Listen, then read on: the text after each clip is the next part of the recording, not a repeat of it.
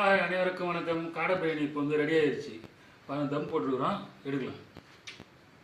அப்பா இது அம்மிக்கல்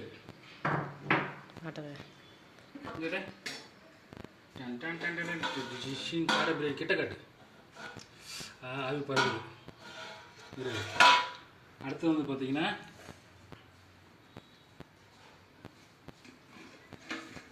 காடை கிரேவி. காடை கிரேவி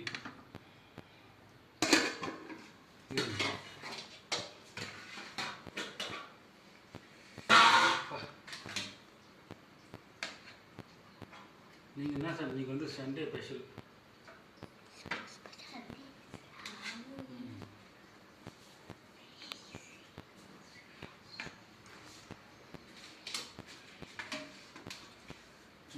கரண்டிங்க அதில் கொடுங்க.